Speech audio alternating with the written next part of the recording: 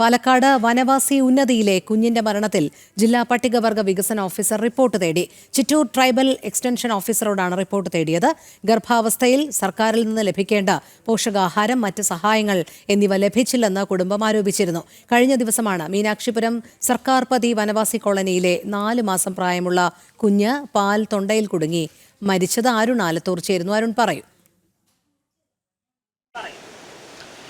കഴിഞ്ഞ ദിവസമാണ് ഈ പാലക്കാട് മീനാക്ഷിപുരത്ത് സർക്കാർപതി വനവാസി കോളനിയിലെ 4 മാസം പ്രായമുള്ള കുഞ്ഞ് തൊണ്ടയിൽ മുലപ്പാൽ കുടുങ്ങി മരിച്ചത്.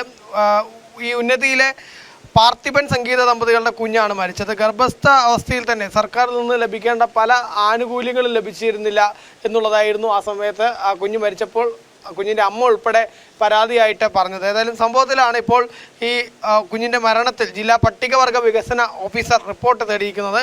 കുഞ്ഞിൻ്റെ അമ്മയ്ക്ക് ആനുകൂല്യങ്ങൾ മുടങ്ങിയെന്ന പരാതിയിൽ അന്വേഷണം നടത്തും എന്നുള്ളതാണ് പറയുന്നത്. ചിറ്റൂർ ട്രൈബൽ എക്സ്റ്റൻഷൻ ഓഫീസറോടാണ് റിപ്പോർട്ട് തേടിയിരിക്കുന്നത്. കഴിഞ്ഞ ദിവസം സംഭവിച്ച ഈ മരണത്തിൽ കൂടുതൽ അന്വേഷണങ്ങൾ, അതായത് ആ മേഖലയിൽ കൂടുതൽ ഇത്തരത്തിൽ ഏതെങ്കിലും ഗർഭിണികൾ ഉണ്ടായിരുന്നോ, ആ ഗർഭിണികൾക്കൊക്കെ കൃത്യമായിട്ട് ഈ ആനുകൂല്യങ്ങൾ നൽകിയിട്ടുണ്ടോ തുടങ്ങിയ കാര്യങ്ങളിലൊക്കെ വിശദമായ അന്വേഷണം നടത്തും എന്നുള്ളതാണ് ട്രൈബൽ ഓഫീസർ പറയുന്നത്. ശരി, അരുണാണ് വിവരങ്ങൾ നൽകിയത്.